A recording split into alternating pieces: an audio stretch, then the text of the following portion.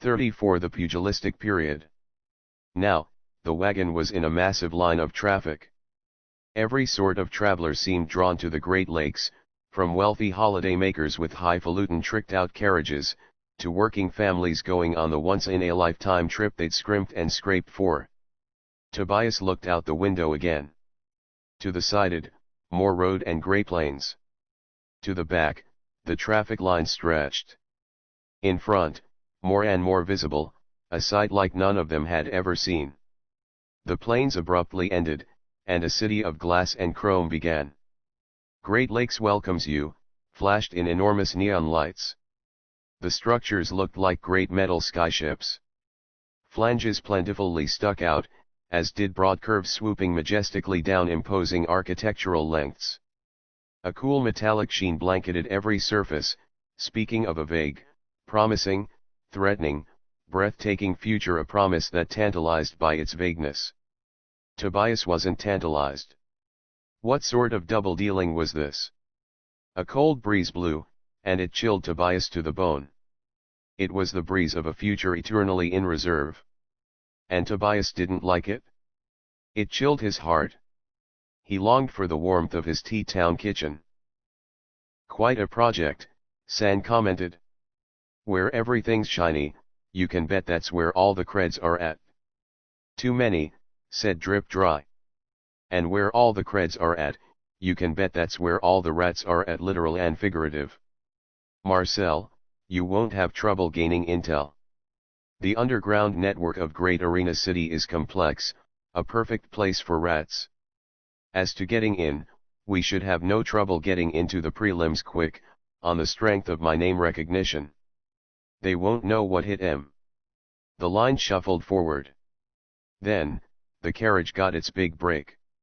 We're changing lanes, said Pard. Look out.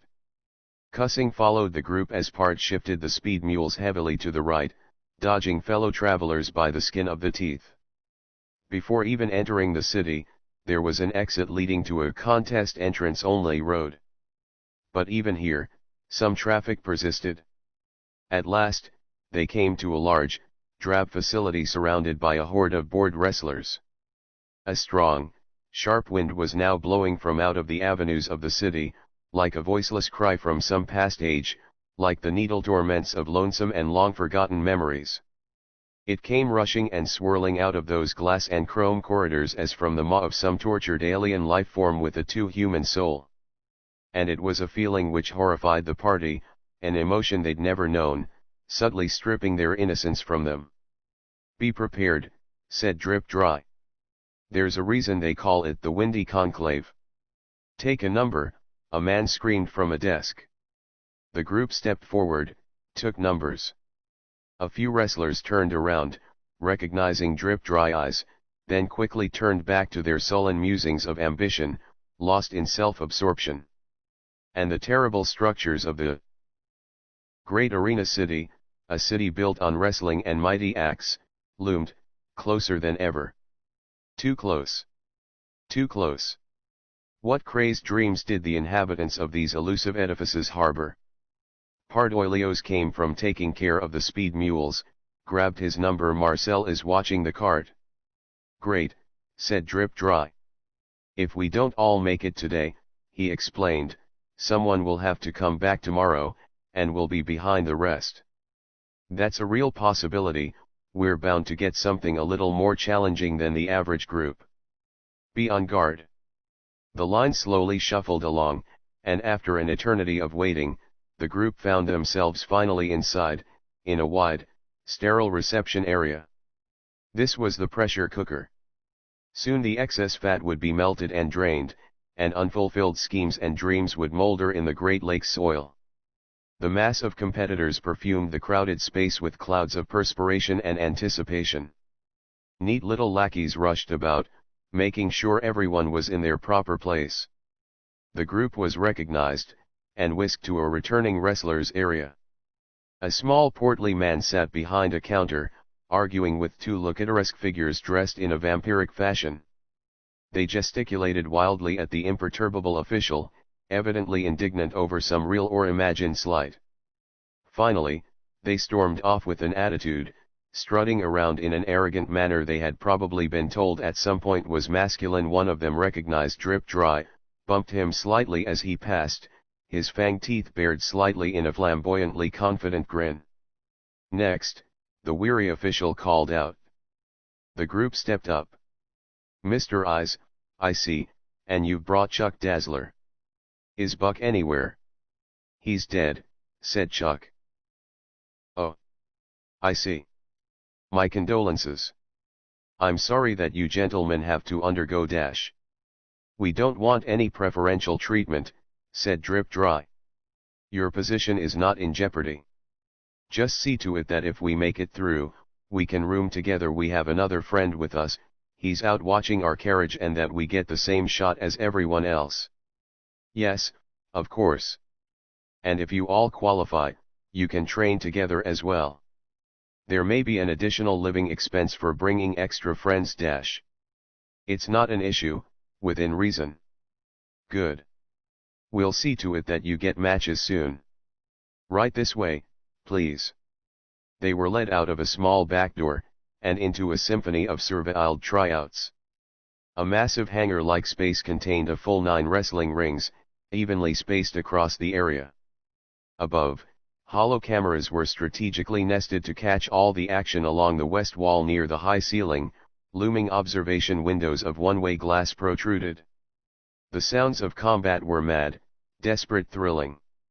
"You're at this ring," a hurried lackey said, pointing the group to the central ring, before hurrying away. Another lackey came forward. You're up. Get in the ring." It was a tag match with Drip Dry and Tobias. Tobias saw out of the corner of his eye that Pardoilios was being moved to another ring. "Look," he pointed to Drip Dry. "They've got him fighting that huge guy." "Okay," said Drip Dry in approval of the matchup. It seemed Pard would match his might against an absolute mountain. Drip Dry turned. The vampiric luchadors were getting crabbily into the other side of the arena. "Looks like we've got these darlings," he said. "Watch out. They look pretty tough." A pinstriped ref walked out, yammered some rules. "It's a 3 count, he concluded hurriedly. "Go." He brought his arm down, and it was off to the races. The Vampiro had the classic tag team pairing of a tall guy and a stocky guy. The tall guy rushed aggressively at Drip Dry. Tobias circled around towards the stocky guy, and they were soon trading blows. Meanwhile, Drip Dry brought the tall guy to grips, locking fingers with him tightly. It was time to test his revitalized muscle. The Vampiro had impressive strength. Drip Dry was genuinely confident in his future. This was a guy who had trained hard, perhaps mercilessly, to be here, and it was the kind of discipline that didn't just go away, didn't just give in to discouragement. Drip Dry could tell all that, just from a moment of grappling. This guy's grip had doubtless brought many a strong man down, who knew under what sordid circumstances the Vampiro had a face drawn and weary from its own wickedness. The strength testing continued, and the wells of energized brawn this beast of the night called upon seemed supernaturally deep. Drip Dry could not get an easy avenue to bringing this guy down. He doubted anybody could. Eventually, however, the laws of physics and biology took over, and Drip Dry began to twist and turn the hands of the Vampiro. The ref, in an unguarded moment, audibly gasped when he saw this. Evidently, this fellow, and his might, was not unknown around here. Meanwhile, Tobias was getting the worst of a vicious pummeling contest. This brute's attacks were like the batterings of a midnight black bull, ramming without cease. Tobias was ashamed to note that he already felt slightly faint. In a moment of desperate inspiration, he slammed his forehead into the nose of the Vampiro. The fellow was caught completely off guard. He floundered, and Tobias utilized everything he'd learned on this crazy trip. In that brief moment, he circled around his foe, grabbed him by both butt cheeks and hoisted him over the ropes, to drop helplessly onto the hard ground outside the ring. "You're not back in 20, you're out," yelled an official on the sidelines. Now fully awake and energized like a raging bull, the Vampiro scrambled to get back in the ring. He was met with kicks from Tobias. Deftly, he grabbed Tobias' leg, began to pull mightily. Tobias gripped the bottom rope, put up a worthy resistance, raining blows downwards at every opportunity. But the Vampiro was much too tough to be loosened with such tactics. Yet nor could Tobias' grip on the rope be loosened. The Vampiro gathered his might, and pulled. He pulled like the grim vortex at Hades' heart. And Tobias was stretched full length. Still, he would not let go of the rope. Muscle Beach, Tobias thought, I owe you everything. Drip Dry was twisting the arms of his grappling partner, whose wide, unbelieving eyes made it clear that this was an experience he'd never had before. There's a first time for everything, bud, Drip Dry said aloud, licking his lips with gusto. Ain't there? In response, the balefire that burned in the heart of the gaze of that Vampiro withered the souls of 1,000 angel worlds. His pupils belched miasmal flame that thrust open the thin gates to the hell dimensions. He frowned. That Vampiro was not a happy camper about getting his strength bested. But Drip Dry wasn't finished. He'd only begun. With a powerful flexing of every muscle, he shot his foot straight out into his opponent's belly. The Vampiro gritted his teeth, and for an amazing moment, he refused to buckle. But again, biology and physics took over, and his muscles buckled despite his iron will, taking him to his knees with them. The ref motioned. No hitting the creature of darkness while he was down. Drip Dry complied, instead jumping up onto the corner post. The 20 seconds were almost up. Tobias' foe released his grip, ran to the side as Tobias scrambled back into the ring. His foe would be in as well, before he could be stopped. Tobias quickly saw the other Vampiro on his knees, struggling in a match of will vs body to get up. He saw Drip Dry on the corner post, pointing at the downed wrestler and nodding. This was it. This was go time. Tobias rushed to the wrestler, pushed him, trying to get him down on his back. The stocky Vampiro re-entered the ring. What was this? This guy was just out there, unprotected. Where was the guy who had brought his ally down in the first place? Why hadn't he tried finishing the job? These guys were all over the place. Almost laughing to himself, he charged forward, aiming for Tobias' unguarded back. Drip Dry stood on the corner post with the grace of a swan. And he leapt. He took flight. And he alighted briefly on the shoulders of the stocky Vampiro, taking the rushing warrior's head in his feet with a pincer-like motion. Then, without pause, he alighted again. And he took the Vampiro into the air with him. He lifted the weighty warrior's entire bulk with his pincered feet, without losing a bit of grace or speed. But that wasn't the end of it. As the confused Vampiro kicked his legs in the air, Drip Dry executed a swan graceful aerial backflip. And as he flipped, his feet flung his prey high up, over the ropes, and far out of the ring. Like a cruise missile of darkness and brawn, the warrior spun helplessly, at last landing heavily on a folding table where ringside officials evacuated themselves rapidly. Particle board, clipboards with paper, lead pencils and paper cups with hot coffee were destroyed and slashed or scattered as the one-man unintentional wrecking crew landed heavily in the newly wrecked wreckage, giving salutations to the Sandman, whose presence he had hastily been born into. Out cold. This gothic clown was not getting back up anytime soon.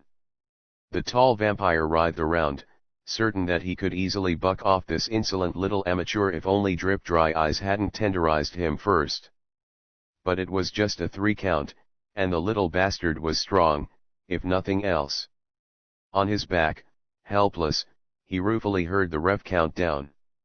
If it was a 10 count, he might have drawn it out.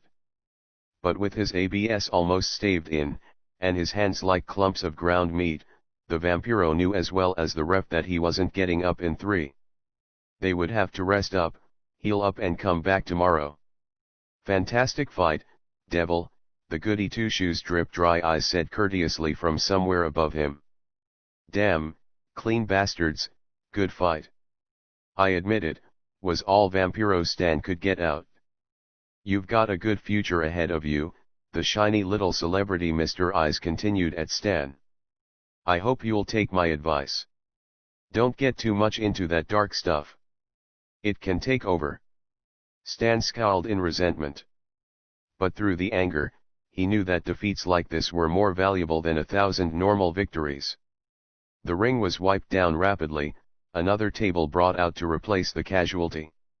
Across the way, Pard was performing a Central Plains stampede, lifting his giant opponent and ramming him into each corner post consecutively. Soon, he rejoined the group. He was big, Pard explained, but he had no technique. I'm a little worried, I got the easy fight, does that mean people think I suck? You, up there, a lackey said, pointing to San, Chuck, and the ring. How ironic, Chuck chuckled. Here I am fighting alongside the witch who stole my wallet. If you were even half a gentleman, San said coolly, you'd have some respect for the universal law of finders keepers, losers weepers. Ha ha ha, very funny, said Chuck sarcastically. We gave you your damn money back, pointed out San. I know, I was just dash. Oh, shut your damn mouth already. Let's stay focused. Looks like we've got the coolest fight. And the worst possible time for it, the qualifiers. San was correct. They were arrayed against the strongest opponents, apart from Drip Dry, of the qualifiers of the day, another powerhouse tag team combo that was easily the match of the Royal Dazzlers at their best. It was none other than Dino Climax, an up-and-coming ticket that just happened to be going through the formalities of qualifications on the same day. Tough Rex was the showman.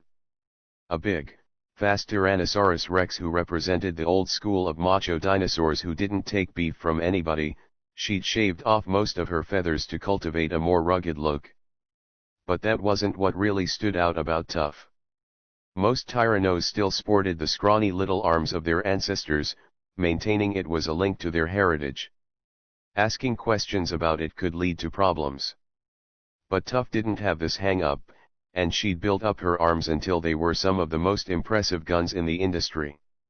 Combined with her other natural advantages, size, strength, speed, intelligence, they made her a force to be reckoned with. She now leaned against the ropes with a cool scowl, a shock of gray feathers sticking out the top of her head, her brawny arms folded over her scaly chest. Her bulky tyranno toes tapped impatiently. Tough Rex has a long future in the industry, Chuck whispered. The other side of the tag team was smaller, but no less powerful. Velocigrappler was quickly gaining fame for his ability to bring down tried and true pros twice his size through submission holds.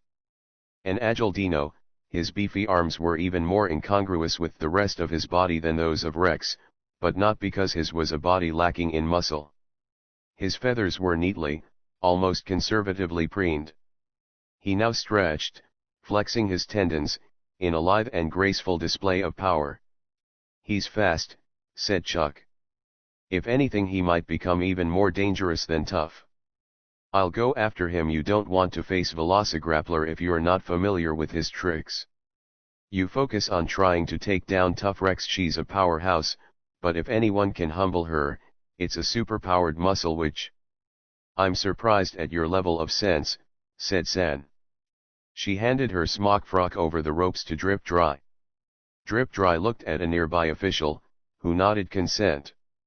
The ref gave them the same hasty rules spiel. It's a 3 count. Go. He stepped away quick as a flash. Dino Climax immediately charged like a stampede, intent on shocking their opponents with their raw aggression. Chuck tried for a lariat, but Velocigrappler slid right under his arm. Immediately the Dino Demon scampered up the Golden Warrior's back and, functionally didactylic feet clawing into his flesh, locked the long fingers of his might hands in front of Chuck's face, pulling back in a cross-face hold. Then, Velocigrappler wrapped his right leg around Chuck's arm, while keeping his left leg firmly pressed against the back. It shouldn't have worked at all. It made no sense. It wasn't right, and Chuck should have been able to just pop right out of it. There wasn't the right leverage to do a cross-face hold properly. The arm wasn't locked in the right way. It was absurd. Yet somehow, it not only worked, but brought Chuck excruciating pain. This Dino was a master of pain application, making the impossible possible. He must have studied the human physiology tirelessly. Chuck didn't even understand the principle behind the move. But he felt like he would pass out. San flew at Tough Rex's elbow first. The hard elbow met Tough's blocking arms in a blow that caused Tough to wince momentarily, but did no lasting damage. San aimed a lunging straight punch under Tough's arms, but the Dino stepped back. San ran back, leaned against the ropes, and rocketed forward in a drop kick with the power of a freight train. Tough easily saw it coming, but the Dino's size prevented her from easily dodging, and the impact staggered her. San got back up quickly, ran forward with another lunging elbow. In the nick of time, Tough Rex moved sideways to pull San off balance with her own momentum. As San kept running wildly past, Tough followed right after her with a mighty elbow of her own, hitting San in the back and causing her to drop. Pulling himself together, Chuck charged madly for the corner post, Velocigrappler first. The Dino dodge rolled out from under just before he was made into a raptor sandwich, causing Chuck to slam into the post back first, striking where functionally didactylic feet had lacerated him only a moment before, adding to his already considerable pain. Chuck groaned, clutched himself. Now Velocigrappler was sizing him up, choosing his next attack. Chuck made a show of the pain, trying to seem helpless so as to buy himself time. Then, he paused, looked up. Velocigrappler was laughing quietly to himself. "Mind telling me what's so funny, shithead?" Chuck asked. Velocigrappler continued to chuckle quietly, his chest rocking back and forth slightly with mirth. "Hey. Calm down," Chuck told himself. "He's got you right where he wants you." He tried to calm down. He was calming down. Nope. He was failing. The muscles of his hands tensed to the last nerve ending. "Can you let the rest of us what you think is so goddamn funny?" Velocigrappler sent Chuck a look of sheer blithe insouciance. "Oh, don't act like you don't know. Little Chucky Dazzler. What a face. You're gonna try to be a face. He was always such a good boy. Always goes to church. Your brother is dead." Velocigrappler bent over slightly from a spasm of the giggles. Guffaw because of all those crooked deals. It was gonna happen. And now that Buck the Cluck is gone, we have to be so gentle with this precious little angel, Chuck Dazzler. Aw, how precious. Get in on that babyface action. Put on another mask, Chuck. Go for it. You're a fraud. Just like your brother and your whole gangster fraud family. I hear faces are making all the money. That's all you care about. Problem is, you don't have what it takes to keep up with wrestling. You come in here in your little golden underwear and your nasty pitted out golden sports bra, and you think that you can compete with the big dogs. You're a poodle, Chuck. Chuck the Cuck. You can't even make the grade. Without your deadbeat brother and crooked family and dirty church money, and all the gaudy showmanship you fart out of your stinking nasty titted ass, you're nothing but hype. Nothing. Chuck breathed deeply. Now he was getting a hold on his emotions. Velocigrappler had gone too far, making Chuck come out the other side. He was resolved to get a mammectomy. He had begun to appreciate his new puppies, even if they were gained in traumatic circumstances, but they were taking over his identity. He would miss them, but he needed a break from the constant comments. He also resolved, with even greater firmness, to take down Velocigrappler. This little turd had almost gotten him. And it was wildly unprofessional. This couldn't continue. Velocigrappler had to go down. Tough Rex was rushing into an elbow drop, bearing down directly onto San's exposed back. In the blink of an eye, San forced her protesting muscles to dodge roll out of the way, causing Tough to let out a short yell as she slammed her elbow against the mat. Now, San did her trademark levitation flying above the ring in a psychological tactic that also bought time. "That counts as ring out," the ref yelled up. "If you're not down in 20, you're outta here." Tough jumped and reached, barely missing San's foot. Suddenly, San noticed that Velocigrappler, on the other side of the ring, was busily taunting Chuck in what sounded like a pretty vicious manner. Taunters were the lowest scum. Now Chuck was striding purposefully towards Velocigrappler. The Dino was responding by eagerly circling the angered Pretiboy. Swooping almost faster than the eye could follow, San clipped Velocigrappler's head with her foot before alighting on the ropes. The Dino turned for a split second, gearing for an attack from behind. It was the mistake of a split second. But it was more than enough. Chuck stepped in. Then, as Velocigrappler turned back to react, Chuck's skin began to glow red like a hydrogen bomb sunset, and he brought his giant right arm back. Velocigrappler had time to gulp. Chuck stepped forward once more, and his fist moved through the space between it and Velocigrappler's face like the meteor that will end the world. It was an extinction event for the Dino's ability to remain on his feet and conscious. The right hook made contact at the jaw. There was an explosion of displaced air as Velocigrappler flew back, sliding across the mat and underneath the ropes, flopping out of the ring. He could go taunt the Sandman if he wanted to. Good night. Tough Rex rushed towards the open target of Chuck Dazzler. San flew through the air with a small unconscious cackle. Landing on the back of the big Dino's head, she covered her eyes. Tough reached to dislodge the interloper. Seizing the opportunity, Chuck circled around and heavily shoved Tough onto her belly. As Tough's arms groped for San, he sat on the Dino's back and pulled up on her leg.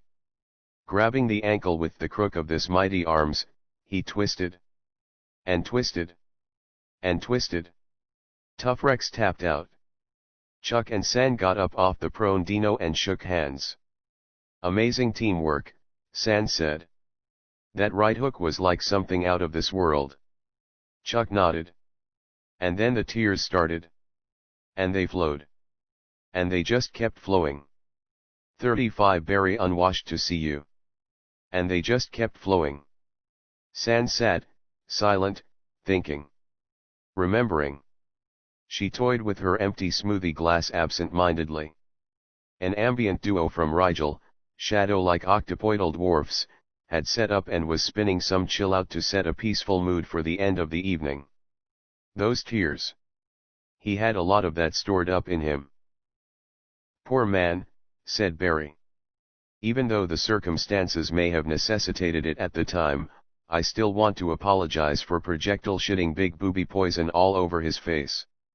He understands he had it coming. I think he really is growing as a person. But it's hard to tell by how much. People are fickle. How have things gone since? Fighting. That's how it's gone. There's a lot I could tell, and most of it is just listing off the bland details of another generic fight. Suffice to say, even Part has been mopping the floor with his opponents. The competition in wrestling is tougher and better than ever, but between your fungus muscle powder, the rare insights we gained from only a week of training at Muscle Beach, the valuable combat experience of the trip in general, plus the expertise Drippy is able to share with the rest of us, man, even Chuck, who tries to act like Mr. Super Pro, has been blown away by how energized Drip Dry is these days. There's gossip that higher UPS around Great Arena City have been overheard talking about an Eyes vs Jayhawk ticket, and how can you not believe it? The consensus is that, even though the Drip Dry Eyes group practically just got here by Great Arena standards, there's hardly anybody else around that can offer Jayhawk a worthy challenge. Money would be on Jayhawk, of course, but I've heard that visits to the Central Arena have dipped slightly, because people are less interested in watching Jayhawk just beat up on everybody, with no serious risk. The thought of Drippa getting a single hot dog smasher in on the legend is enough to send promoters into a frenzy. Drip Dry is capable of anything. If anyone can beat Jayhawk, he can. Between your overall power level, and Drip Dry's wrestling ability, I'm more than ever conscious of being a humble mycologist. I'm sorry, but I can't get into this frame of mind with you. It was never about the power or the skill, Barry. It's the knowledge. The knowledge. We have an important mission to accomplish, opening people's minds, and the rest is just kids tough a means to an end. Your dedication is a breath of fresh air, San. So then, you've mostly just been fighting. I came here excited to check things out, but I can't tell you how tired I am after 2 weeks of punching dumb lugs in the face. My Atlantic Coast crab submission hold is so down pat that I'm afraid I'll accidentally turn somebody into a crab. After this, I'm taking a complete hiatus from wrastlin' for at least a couple months. Accommodations are fine, we're in a hotel downtown and they have good training facilities, not that we hardly have time to use them. The saloons suck my ass, but what do you expect from a town with an economy built around fight tourism? But I won't bore you with that, because you're gonna be here pretty soon and seeing it all for yourself. What you probably really want to know about is how Marcel is doing with his little mouse friends. And the rate walker is paying dividends. Finding an actual pest walker is easily your greatest achievement, not even a joke. Those little rodent bastards know everything, and they sure won't listen to me. But Marcel's got them marching lockstep through every subterranean nook and cranny, reporting back to him at a snap of his skinny little witty-bowy fingers. And in Great Arena City, it turns out, subterranean is the name of the game. There's a world down there. If we don't see you by tomorrow night, I'll make sure Marcel is here at the club. I wish we had time to talk about it now. I feel kinda dumb for putting it off in favor of telling you all that stupid stuff about our journey. It's all hugely valuable to me. You're right. It's almost last call here at the club. We should be going. I'm getting to you as soon as possible, never you mind. I know it. And as much of a pleasure as it is to work together, I got a really good feeling that this little ice cream social is about to be busted wide open. If you know what I mean. What I mean. What I mean. I mean. Barry got up from under the tree.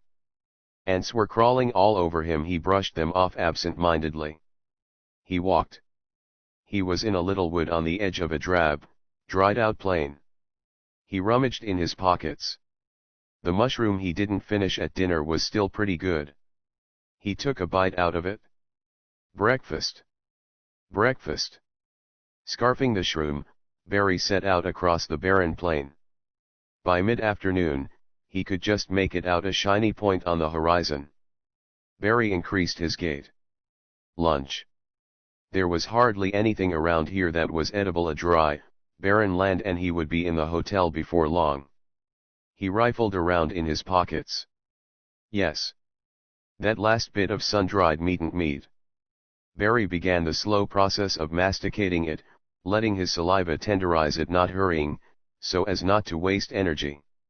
Let that nasty rubbery shit melt down in your mouth, then chew when it was good and ready to be chewed. A smell like wet leather filled his nostrils. That was the smell of vital vitamins and minerals. With no more food weighing him down, Barry strode the barren miles. After an hour, he saw a road, one that, judging by his geography knowledge fortified with Sans descriptions of last night, was surely headed to the great arenas. Heaving a sigh of relief, he drained the last of his canteen, allowing the meat to finally get down his gullet. A family was letting their speed mules drink from a watering hole. One boy, one girl, mom, dad, and a little dog. Thankfully, the dog was old and stupid, and couldn't even smell the approaching stranger. Barry quickly stowed in the back, hiding with the luggage. Would they come get something and discover him? They didn't. The father yoked the speed mules back up and started the drive towards the #1 best vacation ever. This was riding in style. Zero energy expenditure. Pure luxury. Barry let himself truly relax. The drab planes went by, and the children chattered. Barry felt their discomfort, their boredom, their warmth. He felt their love. For family, one would do anything. Barry watched the bland scenery and he was overcome by memories and emotions. For family. Family. Family. He saw the blandness. He felt the memories. He rode. He rode. And in a carriage filled with love, Barry finally knew how alone he really was. And he knew he had to fight. He had to fight for family. Because family was everything. In the back of that cart, where Barry was stowed like a filthy hobo, Barry finally understood. All this time, I've been so contemptful of the lumpen proletariat. Here I am uninvited on the back of someone else's carriage. How could I not see it? Everything is projection, everything is family, everything is us. It's all us. And I could dodge around and say it's just circumstance. It is. It's true. It's just circumstance that I'm in a situation that befits my character so unusually well. I pride myself on noticing details about others, and I've been the sterling example of a lumpen proletariat this whole time. Early evening, and traffic was brutal. The carriage came to a standstill. Perfect timing. Barry snuck out the back, waving casually to the coachman of the richly appointed carriage behind. He walked. Ahead, not so far at all now, were the buildings of Great Arena City, the GAC, city of many names, the Windy Conclave, the Pain Institutes, the Rat Ballet, Arenaville, Slam City, Jamstown, the Squared Circle Habitat, the Mistake by the Lake, city of yesterday's tomorrows. The GAC. The syllable rang in Barry's ears like destiny. Here was a city so profound, so aloof, so alone and desolate, and yet brimming with possibilities and strange secrets, that it felt like a brother to him. He walked, and he felt himself glide almost, as the weight of years was lifted off him. He felt. He shuddered. He felt like that skeletal flautist. Barry finally made it to the perimeter of the GAC. The ground went from desolate dried grass to desolate dried pavement in a surgically straight line. He stepped into the mean streets of the GAC like they were just another forest.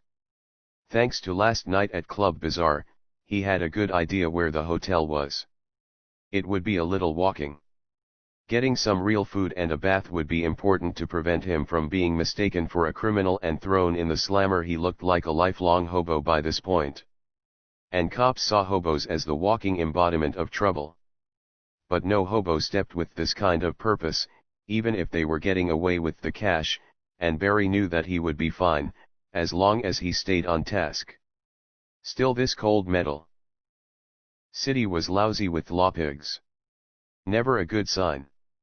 San was right, Barry needed to know what intel those rats had given Marcel. Because this many cops meant there was bound to be some juicy stuff down there. All was not quite as normal, not quite surface level evident, in the GAC. Night was falling, and neon lights blinked on. The GAC was thriving. But it was a very touristy sort of thriving. This was not a city of the avant-garde, at least not the most visible parts of it. It emulated their style while extracting their substance. The message was, we will stride boldly into the future, but it will be a brave new world that we've made sure about ahead of time. Lots of gourmet hamburgers. Not that Barry would complain about having a massive hamburger, blue cheese or otherwise. Nobody loved eating out more than Barry, yet even he had to wonder how many restaurants you could have. This wasn't Niuzo, a legendary gourmet capital. What cuisine was the GAC even famous for? Fried chicken gizzards or some shit? Barry didn't know. And the shops? Stationery stores. Dress stores. Children's dress stores. Toy stores. Adult toy stores. Electronics. Traditional craftsmanship. Candy. Cheese. More clothes. Scented candles and crap. Fancy dress clothes. Just general gifts. And on and on and on and on. Was this what made up the world of these people? Was this the limits of their dreams? Sure, some nice cheese, maybe something nicer looking to wear, was all well and good, in moderation. But these were shrines. This was a shrine to cheese. This was a shrine to dresses. These weren't simply shops. They were temples to the religious experience of acquiring stuff. Barry saw more care and dedication in the displaying of merchandise in windows than he had seen in most religious artworks. This was all designed to look innocent and ordinary, and oh, the children were having fun, he saw that, and felt glad for them. But there was more here. There was something not obvious, not connected, directly, to the families and the mostly good people who entered these shops, but something nonetheless integral to the architecture of this place, something callous, manipulative, warped and vicious. And it knew how to hide. And the chill wind whipped from a cold and darkening sky. And it wrapped around Barry as he strode, wrapped around him like the hand of a brother on his shoulder. And the shiny chrome lost the sheen from the sun, and picked up the sheen from the neon lights. And in the world of light, the maze of sinister candy-colored effulgence, the whipping wind heralded a warning through the hard-angled corridors of the GAC. A new age was set to arise, a megalomaniacal age of neon lights and laughter and casual cruelty. And it craved descent. It longed for descent, from which to gain nutrients, descent which it could toy with, crush, filter and assimilate. Barry knew then, in the fading light, that God 2.0 was for real. And he was coming. Drippa. Do you have the bananas I told you to get? Barry needs food now. San looked at Barry, standing in the door of the hotel room, with a shocked expression. Why don't I bathe and we can all go get something to eat? Do you have any idea how long it takes to get food around here? If we'd known, we would have gotten room service an hour ago. I'll bathe and then eat a banana, and we can go get some of the deep fat pizza. We can, although I might puke if I have to eat it again. We brought your clothes in from the cart, we'll need to find a place to burn the ones you've got on. She leaned in closer, holding her nose, to whisper, and the alchemical stuff is in the room. Barry gave the thumbs up sign. The inn was basic, a comfy enough budget hotel that the wrestling associations were paying good money to house their wrestlers in.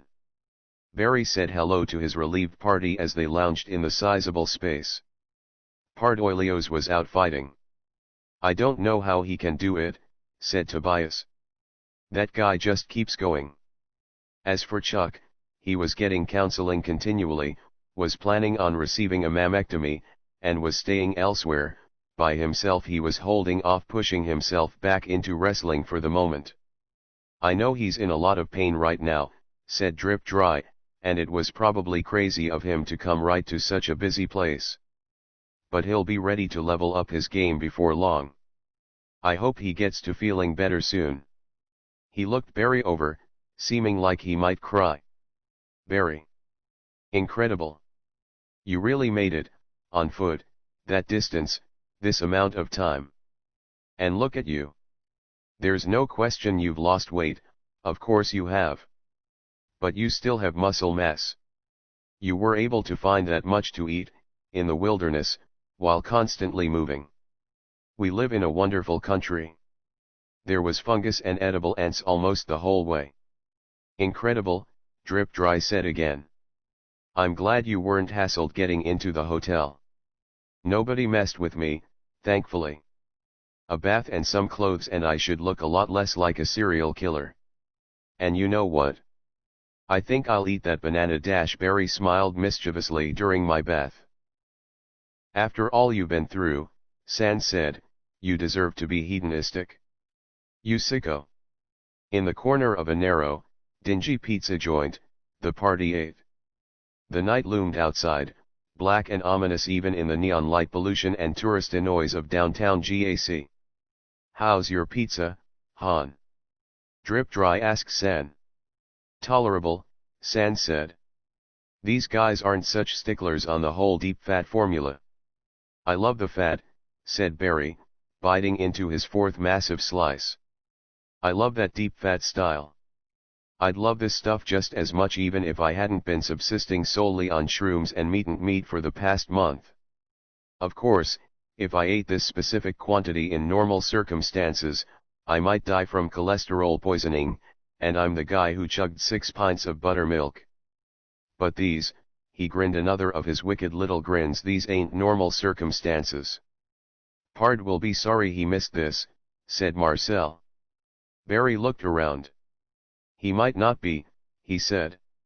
You know how easily Pard gets bored with things. And nice as it is to just hang out and chill, particularly after my only company for a solid month has been insects that were also my meal, there is one thing on my mind, a topic that's almost the only thing I want to talk about. He looked around again. Yes, said San. I agree. And it's a really good thing we're not acting suspicious. So, in the most natural and casual manner possible, I really think we should just get to the point and talk about the amazing work that Marcel's been doing. Me? Asked Marcel. Thank the GA-crats. I've had nothing to do, since I'm way too much of a wuss to fight anyone. But I'm so glad I left Neozo. If I have a city, Neozo is my city, and I'll probably go back, at some point, at least to visit. But this has been a crazy adventure, man, and in the GAC alone, I've met so many chill mice and rats. There are some asshole rats around here, but most are chill. And they've given some crazy good and really important intel. These guys may not be perfect, but to me they're heroes. Even if society feels like it has to kill and starve them because of the diseases, what they've told me may save society. Put that in your pipe and smoke it. Marcel looked at the group sagely. Fantastic, said Barry. It's a cruel world, where nature pits us against one another, species against species, for simply being ourselves. Yeah, ooh, that's right. And these GA-crats know what's up. Even most humans know that below the surface of the GAC is a lot of facilities and stuff. Well, you may not have known that those facilities span the whole Great Lakes region in a massive web. And while the GAC is a central hub, it's not even their center. Where would you think the center might be? Probably not out in water, because that sucks for having to make tunnels. Well, guess what? Mackinac Island, the island where the central arena is at, is the center of the web. The GAC is a huge city, huger than you might think. Because there's this upfront tourist area that just makes it feel about the size of, say, West Pueblos, but then there's miles and miles of burbs behind. Well, now I'm gonna tell you something that's gonna blow your mind even more. I'm ready, said Barry, looking more focused and attentive than Drip Dry had ever seen him. So I haven't told anyone this yet. The center of the hub for the GAC isn't even under downtown. It's under a point out in the suburbs, and the powers that be care more about the underground than they do the surface. And at the center of the GAC hub, there's an underground bullet train that goes straight to Mackinac Island. After Barry and San hung out at Club Bazaar last night, San told me in the morning about you guys' talk, and I told the rats to watch out for you. The rats communicated all across the region. Word can spread with them almost instantly. Well, guess what? Jazzy Jayhawk is in communications with the rats. Is there nothing, asked Barry, that he doesn't do? Yeah, he's totally in contact with all the rats around. And he learned about it and said that once you were here he'd invite the whole team over, and for Barry not to worry about going through prelims. And we'll be going there on the secret bullet train. 36 night train, Fright stain. The group stared at Marcel, aghast. Barry glanced at the guy minding the front, who watched for customers as he boredly wiped a glass. A trio of intoxicated young people flopped in, enthused to consume fatty foods past their bedtimes. Could the simple people who walked the streets suspect the wild world beneath them? Even to Barry, it all seemed like a dream. "Phenomenal," he said to Marcel. "This is perfect. With you guys so far ahead, I had honestly considered skipping the qualification process and just seeing if I could piggyback off Drip Dry to get to CM Dr. Jayhawk dash. Barry." Drip Dry took an unusually stern older brother tone. "I'm surprised. You're a fine wrestler. Don't just give up because of a little setback." "Yeah," said San, "but I know what he means. I'm so tired of beating goons up by now." "Oakman, guys," said Tobias. "Wrestling is a long-term pursuit. You can't have every match be your greatest. The blander, more standard matches between only help to enhance the flavor of the truly great ones, like a fresh halibut atop a bed of rice." Drip Dry nodded approvingly. "I couldn't have said it better. Tobias, if you ever write a book on wrestling, let me know so I can rush to the store and buy it." "But Marcel, we've sidetracked your discussion. This is utterly fascinating." "Yeah, it is. And that's the tip of the iceberg. Like literally iceberg almost, in how things are set up." "Do you mean?" Barry trailed off. Yeah, I mean there are more layers. But no one knows how much. Not even the oldest rat has a guess. And here's the part that will get you. Central Gov is located down there. And the rats don't know for sure, but this might be their main base." "It all comes together," said Barry. "How could I not see it instantly?" "The way you say all this," Tobias said to Marcel, "makes it sound like the central government isn't even the main thing down there. Also, yeah, Pard would have been totally confused by all this." "Right. Like not even close. But there's some figure down there attached to Central Gov that's a big deal. Does twat bidding Aaron mean anything to anybody? He seems to boss people around down there." "Yes," said San. "They mean Twilat, not twat. Twilat bidding Aaron is the president of the central government. There's no higher single authority in the organization." "How many layers down is the president?" asked Barry. "Do the rodents know of any levels below his?" "The rodents know of lower levels, but they're not about to go investigate them and become rat sandwich. This Twilat guy is 4 levels down. The first level is just storage, maintenance, administration, transport. The second down is basically just offices.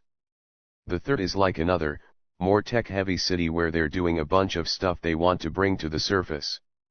Nobody cares about wrestling in any of these places.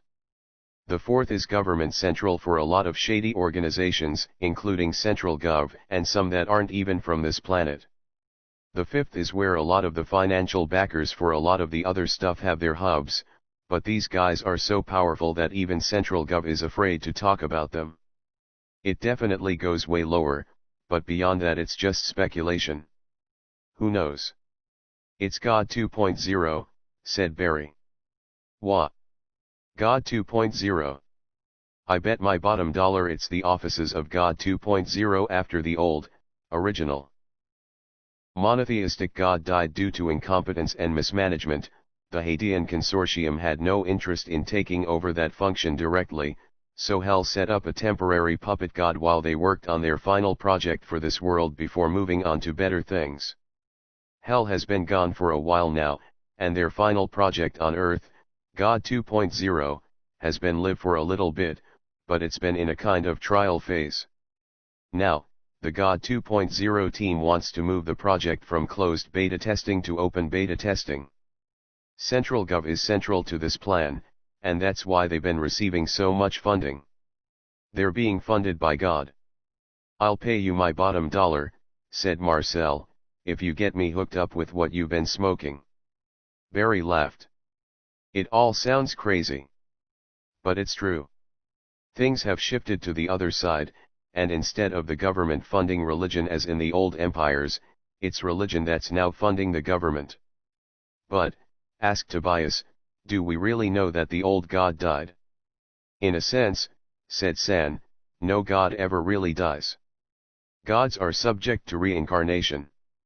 It may be thousands of eternities, or it may be a week, but basically any god can return at any time, dependent solely on the believer base. So when we say the monotheistic God died, it may sound like a harsh pronouncement, but it's a term of convenience, not a judgment of the God's value. In fact, depending on the era, for a god or pantheon to die out may be a compliment, indicating that they refuse to pander or that they couldn't exist in a more corrupt environment. But it can also have to do with incompetence and mismanagement, as was going on at the end of the monotheistic era, and as happens at the end of a lot of religious eras. Tobias nodded, trying to take all this in. Well, maybe, said Marcel. In fact, I kinda like some of the truths you're spittin', San. But we don't know anything for sure. All the rats know is that orders come up from level 5, or what they think is level 5, and nobody argues with them, not even Mr. Twilat. The teens had come and gone. The guy minding the counter was looking at the clock. It was time to pack up. Marcel, said Drip Dry, I'm glad Barry met you. We better get back and get our beauty rest. Tomorrow, it sounds like we might have an appointment to be whisked away by the Prince of Pugilism. That night, Barry dreamt. But he couldn't gather anything from the dream. It was a mad chaos of light and color and memory after memory mashing into one another, bisecting, morphing, mutating. He dreamt like a madman dreams. And from those dreams, he derived a mad answer, an answer of which his waking mind was blissfully unaware. Barry could barely sleep from all the dreaming. One thing he knew. Soon, his waking mind, too, would be aware, all too aware. Soon. And the next day, as the team brought hoagies back to the room for lunch, Barry still lay on his sofa bed, blissfully asleep, in a state of comfort he never knew to be possible. We got sandwiches, boss, said Pardoilios, leaning his great bald head down over Barry's great sleeping one. Muff. Sandwiches. No way. I get one. Do you get one? I thought you were the boss of this expedition. Pard. How are you, you old so-and-so? Sore and tired. Nobody said competing in the great arenas would be easy. But I'm putting off all my fight tickets. That's because all of us, even Marcel, who can't even wrestle, are going to Mackinac Island and the Central Dome. We're going to see, and maybe fight, Jazzy Jayhawk. We've made it, Barry. I'll be watching up close as Drip Dry Eyes, back to like he was in the old days, fights Jazzy Jayhawk. I might even get to swing at ol Jayhawk myself. He'll wipe his ass with me if that happens, but it's an honor even to be there. And none of it would have ever happened if it wasn't for you. I'd still be at that shitty bar in Galvanite. Oh yeah. Galvanite. No, don't thank me, Pard. I mean, you've been an uncomplaining coachman through who knows how many miles of rough terrain, rain or sun, heat or cold. We should all be thanking you. Then we can just thank each other. Now get up. We're going to see Jazzy Jayhawk. Woohoo. Two black, official-looking buggies rolled through the streets. The end of downtown GAC came nearly as abruptly on the other side as it had on the entrance, the buildings like great metal and glass skyships stopping in a line as if they had reached the end of a theatrical stage. But instead of scraggly dried grass, the other side held more pavement, with patches of dried-out lawn here and there, and drab homes and drabber facilities stretching to beyond the horizon. Where there were trees, their leaves had almost all changed to autumnal coloration as if autumn had snuck up overnight, Barry thought. He had been walking through woods only yesterday, but then, he had been so preoccupied that he hadn't been able to appreciate the seasonal beauty. Every now and then, looking out the window, he saw a small cluster of shops, like small chapels. Embroidery. Shoes. Scented candles. Candy. Coffee and coffee and coffee, a sea of caffeination such that, for the number of drab little coffee shops to remain solvent, Every man, woman and child in the greater GAC area must have developed hypertension long before. A bookstore had a sign advertising a going out of business blowout sale, the only such sign Barry had seen. It seemed the denizens had more use for scented candles than books. It made economic sense. A good book could last a lifetime. A scented candle lasted for one burning, sending one right back to the store. Truly, commerce was a terrible thing to wrap the priorities of a society around. Yet, if it was smelly around, who with the means wouldn't go out to buy scented candles? And around here, things smelled. Barry glanced at his coachmates. Each coach had come with a driver and a business-suited lackey with a clipboard. Barry, Pard, Tobias, and the lackey rode along the smoothly paved roads, all with distracted expressions. The others were up ahead. "We'll be there soon," the lackey said in a nasal chirp. He consulted his clipboard, looked at his watch, glanced off into the abstract space of his neat little plans. The GAC suburbs was the place for lackeys, thought Barry. Amidst the almost perfectly flat suburbs, an isolated hill existed. The coaches went up to a mesh gate topped with barbed wire. The gate was opened by a uniformed lackey, and the coaches proceeded through, towards the wide, low hill. The speed mule surmounted it, only to reveal that it was actually a big donut of earth, which dipped back down to a flat surface at the center. Here, a drab hangar-like structure was wide open, allowing just enough space for both carriages to fit side by side. They went in, and sliding doors closed behind them, seemingly of their own accord. There was a klaxon from somewhere, and the room itself seemed to drop. "I'd heard tell of them so-called elevators," said Pard. "Makes sense they would have one." The elevator didn't drop for too long before stopping, and a sliding door opened on the opposite side.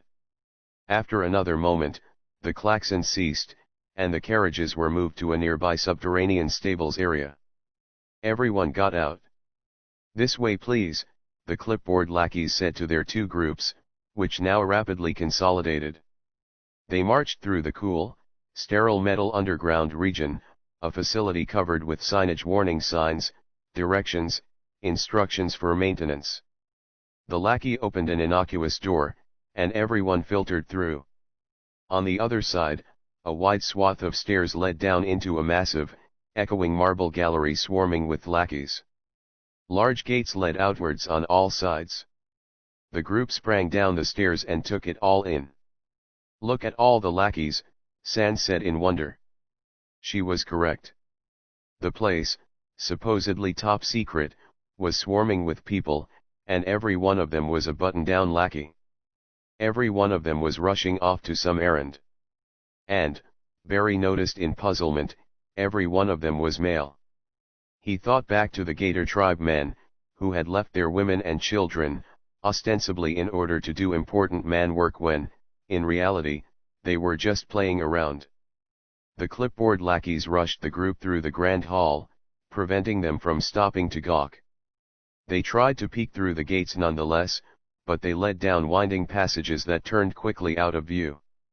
Instead of going down any of these, the group was led to another innocuous door, tucked beside a snack stall built into a recess in the wall, and filed into a small passage with a staircase leading downwards. At the bottom of the passage was another door, which they filed through. Then they had arrived at the secret famous underground bullet train. They were on a platform lit by small lamps hanging from the cave ceiling. A tunnel disappeared into the darkness ahead. The bottom of the tunnel had somehow been totally flattened, and train tracks sat in eager anticipation, waiting to whisk them to their destiny. The sleek, shiny metal passenger train was an alien marvel, a featureless, sausage-long underground spaceship, the fulfillment of a secret promise for unstinting speed. Its length looked like it had space to seat many, but they were evidently the only current users. On the locomotive car at the front, the word Gasportu was written in sleek red letters. "What's Gasportu?" Barry asked a clipboard lackey. "No normal person knows. Probably just the name of some official, or the manufacturer." They boarded the train. The interior was quiet, well lit, comfortable. They sat in seats which faced one another. Barry sat at the window seat facing forward. Across from him, Drip Dry Eyes sat. To Barry's side was Marcel, and to the side of Drip Dry was San. Tobias and Pardoilios lounged across the way. Nobody said anything as the train started moving. But they all knew that this was a moment they would look back on. They would look back on this moment for the rest of their lives. They started moving. They were blasting through the tunnel air of underground darkness. And then they were blasting through the watery murk of Lake Michigami. In that mysterious murk, shapes moved. And Barry saw. In the terra-verte murk of those waters, restless gods lurked. They had lain on their crosses for too long, too long. They lurked. And they were creeping about, making schemes. Their great sluggish forms crawled about the slime-cloaked depths like a drunken pill-popper pawing the floor at 4 in the morning for his meds. They pawed. And they hungered. But they were afraid to leave the murk, afraid to stir from their nests. So they had contented themselves to lie dreaming upon their crosses, collecting barnacles. But there was activity on their doorstep. And in arising, they had begun to blindly make slimy love to one another. Yes, it was the only way they could get their kicks in that aqueous dungeon world. Behind those terra-verte curtains of murk and slime, these forgotten deities were having gross underwater sex, and the shapes the spawn of their unions would take, was anybody's guess. Where were these gods from? When had they died, and why? And what made them end up at the bottom of this lake? What values had they once represented, and did they still remember those old values? The questions were endless. But Barry knew one thing. He didn't want to see their nasty blind love-making. He was only here for Jazzy Jayhawk. These chump old gods were a dime a dozen. So he closed his eyes, and slept. Barry. We're here. Drip Dry was gently shaking Barry's knee. Everyone was exiting the train. Barry got up. The tunnel, the platform, the lamps, and door, everything was near identical on this side of the rail path. Barry saw as they walked off that the train was reversible. The front locomotive and the rear locomotive looked the same. Strictly speaking, this meant there really was no front or rear. Of course. Why hadn't he noticed that to begin with? He didn't have much of a mind for engineering stuff, he decided. Even the simplest details would sometimes escape him. Are you ready to meet Jazzy Jayhawk? Tobias asked the group in general. Yes, said Barry without hesitation. The clipboard lackeys guided the group up another stair corridor, much longer this time, leading all the way up to surface level. The group filed through the slightly claustrophobic space. A door at the top opened into a large, luxurious sitting area with a feel less like a reception lounge and more like a high-class living room. Sleek, artsy glass lighting hung from the ceiling, sleek, artsy tables held sleek, artsy coffee table books. This spacious environment had the surface feeling of clean living, without possessing a sense of the true heart of it.